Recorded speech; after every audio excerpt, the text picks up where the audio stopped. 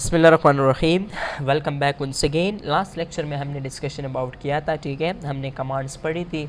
कल हमारा एक बंदा था, वो भी जो है वो इस्लामाबाद में जो है वो फंस गया था, उसकी वजह से हम क्लास नहीं ले सके, ठीक है। तो आज के इस लेक्चर में इंशाल्लाह हम जो है MS वर्ड को ख़त्म करेंगे, ठीक है। वो हम कहते हैं ना, हमने तो सोचा था कि हम कल MS वर्ड को ख़त्म करेंगे, लेकिन वो कहते हैं ना कि इंसान के इरादे और अल्लाह के इरादे एक नहीं हो सकते, तो इसलिए आज हम इसको ख़त्म कर रहे हैं, ठीक है। तो व्यू टैब में हम क्या पढ़ेंगे, डॉक्यूमेंट के रिलेटेड उसको किस तरह व्यू करना है, उससे रिलेटेड इन्फॉर्मेशन है, और सिंपल आप लोगों के पास विंडो फीचर है, बस इससे ज़्यादा कुछ भी नहीं है। अब देखिए, मैं यहाँ पर सबसे पहले कुछ टेक्स्ट ऐड करता हूँ। क्या ऐड करता हूँ मैं? कुछ टेक्स्ट।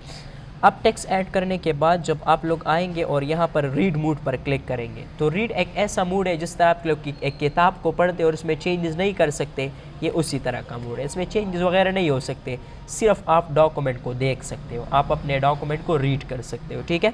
दूसरा हमारे पास है प्रिंट लेआउट, जिसमें हम 100% हर तरह की एडिटिंग कर सकते हैं। वेब लेआउट में क्या होता है, ये बिल्कुल 100% व्यू में चला जाता है इस तरह, ठीक है। और आउटलाइन व्यू का मतलब ये होता है कि पॉइंट शक्ल में कन्वर्ट हो जाए, देखिए पॉइंटिंग फॉर्मेट में ये कन्वर्ट हो जाते हैं। और अगर आपको जो है पॉइंट के बगैर इसको चाहिए तो आप ड्राफ्ट का इस्तेमाल करें, ठीक है। तो ये 5 डिफरेंट टाइप्स ऑफ व्यूज़ है जिनमें हम अपने डॉक्यूमेंट को क्या कर सकते हैं, प्रॉपर्ली देख सकते हैं, ठीक है। इसके अलावा हमारे पास नेक्स्ट आता है रूलर। जिस तरह ये हमारे पास होते हैं, इसको हॉरिजॉन्टल एंड वर्टिकल लाइंस को हम बोलते हैं रूलर्स। ग्रिड लाइंस वो एरिया होता है जहाँ पर हम टेक्स्ट को राइट कर सकते हैं। अब ये पेज है, मैं चाहता हूँ कि मैं फाइंड आउट करूँ कि मैं किस हिस्से में लिख सकता हूँ। इस पे जैसे ही मैं क्लिक करूँगा और थोड़ा सा इसको जूम करूँगा, कितना, थोड़ा सा, तो इसमें देखिए ग्रिड लाइन एक चार्ट शक्ल नज़र आएगी आप लोगों को। अब जितना भी ये आपको वाइट एरिया दिख रहा है, ये हमारा मार्जिन है। यहाँ पर हम लिखाई नहीं कर सकते, लेकिन इसके अंदर हम कर सकते हैं। अगर मैं मार्जिन थोड़ा कम कर दूँ, हमने पढ़ा था मार्जिन नैरो में कर दूँ, तो देखिए ये ऑटोमेटिकली ये ग्राफ बढ़ जाएगा, ठीक है। तो ये आप लोगों के पास हो गया। इसके अलावा नेविगेशन पेन तो हमने ऑलरेडी पढ़ा था। जब आप एक डॉक्यूमेंट को फाइंड करना चाहते हैं, कंट्रोल F, या उसकी जगह आप अगर यहाँ भी क्लिक करें तो फाइंड आ जाएगा। जो भी वर्ड आपको चाहिए, वीडियो वर्ड ऑटोमेटिकली सेलेक्ट होकर आ जाएगा, ठीक है। अभी हमने जो है क्लास ली उस पर। अच्छा जी, नेक्स्ट हमारे पास है जूम। अब जूम से रिलेटेड आप लोगों ने 3 चीज़ें याद रखनी है। जूम में हमारे पास नॉर्मल जूम कितना होता है, मिनिमम कम से कम कितना कर सकते हैं, और मैक्सिमम ज़्यादा से ज़्यादा कितना कर सकते हैं। तो याद रखें, नॉर्मल जूम हमारे पास होता है 100%, ठीक है। कम से कम हम यहाँ पर 10% तक जो है इसको कम कर सकते हैं, और 500 तक हम इसको बढ़ा सकते हैं, मतलब ज़्यादा कर सकते हैं, ठीक है। आप इधर उधर क्यों देख रहे हो बेटा, कोई मसला है? नहीं। अच्छा जी, अच्छा, तो नेक्स्ट आएंगे अब यहाँ पर, ठीक है। अब ये हमारे पास है व्यू, तो इसमें हम जूम को स्टडी करेंगे। सबसे पहले मैं यहाँ पर आता हूँ, एक 100 पैराग्राफ्स मैंने यहाँ पर ले लिए, ठीक है। इस तरह लेने के बाद अब मैं क्या करता हूँ, अब मैं यहाँ पर आता हूँ, इसमें डिफरेंट ऑप्शंस हैं। जब आप लोग जूम पर क्लिक करेंगे ना, तो ये डिफरेंट जूम आ जाते हैं, जैसे 200% जूम हो गया। इसमें और भी आप डिफरेंट फीचर्स को एक्सप्लोर कर सकते हैं। अब मैं यहाँ पर 100 पर जब क्लिक करूँगा, 100 जूम आ जाएगा। 1 पेज पर अगर क्लिक करेंगे तो 1 पेज आ गया, और अगर मल्टीपल पेज पर क्लिक करें तो ये 1 से ज़्यादा डिस्प्ले हो जाएंगे। अगर मुझे पेज विड्थ के मुताबिक चाहिए तो वो भी मैं सेट कर सकता हूँ। इसमें एक बहुत ही ज़बरदस्त फीचर है, देखिए 100 नॉर्मल है, ठीक है। अब अगर मैं इसको कम करूँ तो यहाँ पर इसके ऊपर आएंगे और यहाँ से इसका साइज़ कम करेंगे, कम करेंगे, कम करेंगे, देखें 10% तक हम इसको क्या कर सकते हैं, वो जो नकल के लिए यूज़ होता है वो, हाँ ठीक है, उस तरह का, ठीक है। और जब आप इसको जूम करेंगे करेंगे करेंगे तो आप लोग कितने तक इसको जूम कर सकते हैं, 500% तक, ठीक है। तो मतलब हम ज़्यादा से ज़्यादा एक डॉक्यूमेंट को 500 तक जूम करते हैं, और कम से कम यहाँ पर हम 10% तक इसको जूम वगैरह कर सकते हैं, ठीक है। इसमें तो कोई मसला, कोई प्रॉब्लम नहीं है, ये हमारे पास हो गया। और लास्ट इसमें जो फीचर आते हैं उसको हम बोलते हैं विंडो कमांड। कौन सी कमांड? विंडो क्या करती है, एक डॉक्यूमेंट से डुप्लिकेट लेती है, उसका डुप्लिकेट बनाती है, लेकिन लिंक शक्ल में। लिंक का फ़ायदा ये होता है कि आप ओरिजिनल डॉक्यूमेंट में जो भी चेंजिंग करेंगे वो इसमें ऑटोमेटिकली खुद ब खुद आ जाएगा। तो हम क्लिक करेंगे न्यू विंडो पर, इस तरह एक और विंडो आ गई। व्यू पर आप लोग क्लिक कर दें। सबसे पहले है अरेंज आल, जब आप ऊपर और नीचे की तरफ इसको अरेंज करें। ये 3 फीचर हम देखते हैं। साइड बाय साइड का मकसद क्या होता है कि एक साइड और दूसरी साइड पर आ जाए। अब इसमें एक नेक्स्ट कमांड हमारे पास है साइंक्रोनियस स्क्रॉलिंग, मतलब एक जैसा स्क्रॉलिंग। अब ये डॉक्यूमेंट है ना, इसको मैं जब स्क्रॉल करूँगा तो ये दूसरा खुद ब खुद हो रहा है, ठीक है। अगर मैं यहाँ से चेक हटा दूँ, हटाने के बाद क्या हो जाएगा, ये अलग स्क्रॉल होगा और वो दूसरा कमांड अलग स्क्रॉल होगा, ठीक है। लेकिन अगर मैं चेक लगा दूँ तो फिर ये दोनों एक साथ हमारे पास क्या होंगे, स्क्रॉल होंगे।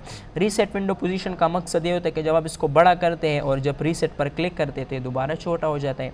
अब इससे एक डुप्लीकेट तो बना है, यहाँ पर मैंने एक चीज़ मेंशन किया है, क्या, डुप्लीकेट के साथ लिंक भी है। अब लिंक को ज़रा देखते हैं कि लिंक किस तरह काम करता है। देखिए मैं एक डॉक्यूमेंट में चेंजिंग करूँगा, दूसरे में खुद आएगा, कंट्रोल बी, देख रहे हैं आप लोग रिजल्ट। जो चेंजेस जो एडिटिंग आप फर्स्ट डॉक्यूमेंट में करेंगे वो दूसरे डॉक्यूमेंट में खुद ब खुद आएगा, ठीक है। हेलो दिस इज़ मुशर्रफ जानी, ठीक है।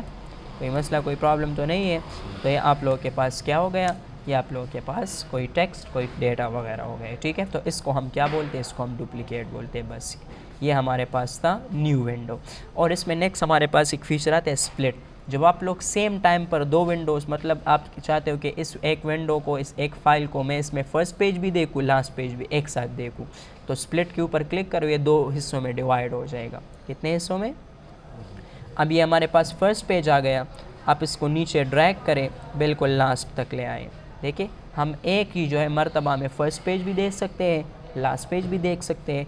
इसको हम क्या बोलते हैं, इसको हम बोलते हैं जी विंडो ग्रुप, ठीक है। तो विंडो ग्रुप में ये स्प्लिट वगैरह का इस्तेमाल है। और स्विच विंडो इस तरह काम करता है, मैंने कंट्रोल एन प्रेस किया, हमने दो फाइल लिए ना, मैं एक फ़ाइल से दूसरी फाइल में जाना चाहता हूँ, तो आएंगे व्यू पर, स्विच विंडो, डॉक्यूमेंट 1, दोबारा क्लिक करो डॉक्यूमेंट 2, जो भी डॉक्यूमेंट आपको पसंद हो उसमें आप मूविंग कर सकते हैं, ठीक है।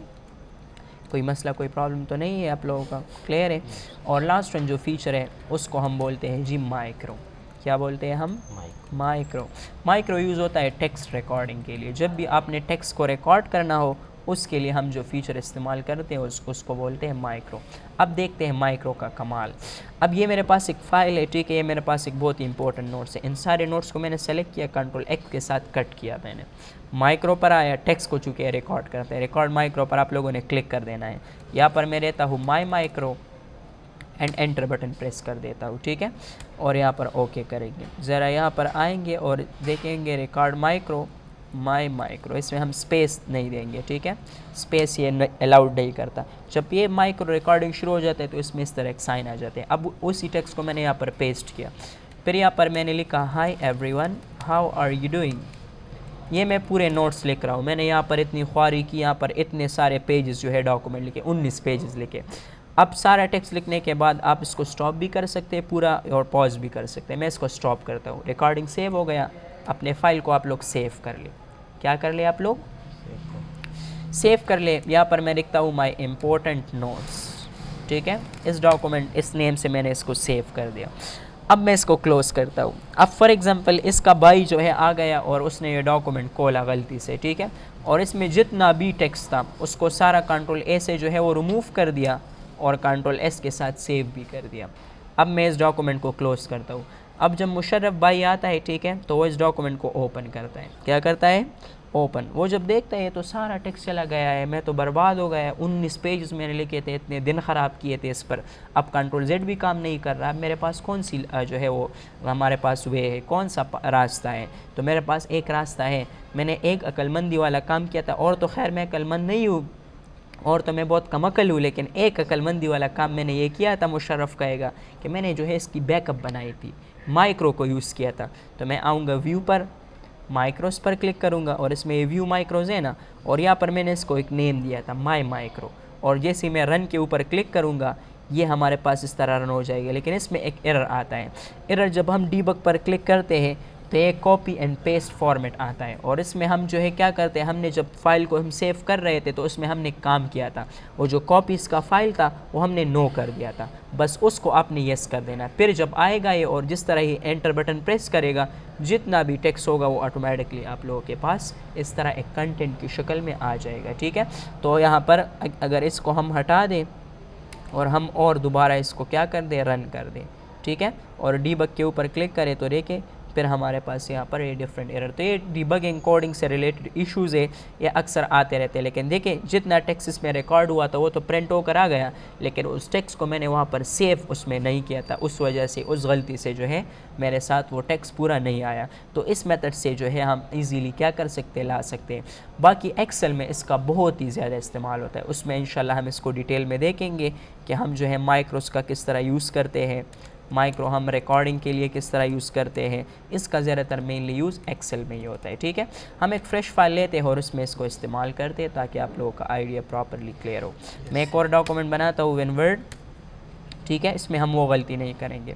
सबसे पहले हम आएंगे यहाँ पर, ठीक है, हमने यहाँ पर क्या किया, हमने यहाँ पर फॉर एग्ज़ाम्पल एक नोट्स बनाई, कंप्यूटर नोट्स। ठीक है, क्या बनाई हमने, कंप्यूटर नोट्स। और यहाँ पर मैंने कुछ 100 पैराग्राफ्स ऐड किए। कितने पैराग्राफ्स, 100। ठीक है, और यहाँ पर मैंने जो है कंट्रोल ए के साथ सेलेक्ट किया, कंट्रोल एक्स के साथ कट किया। ठीक है, कट करके रखा है मैंने। फिर आएंगे कहाँ पर, व्यू पर, सबसे पहले माइक्रोस पर क्लिक करेंगे, रिकॉर्ड माइक्रो। हम एक और माइक्रो बनाते हैं, ठीक है, माई माइक्रो न्यू।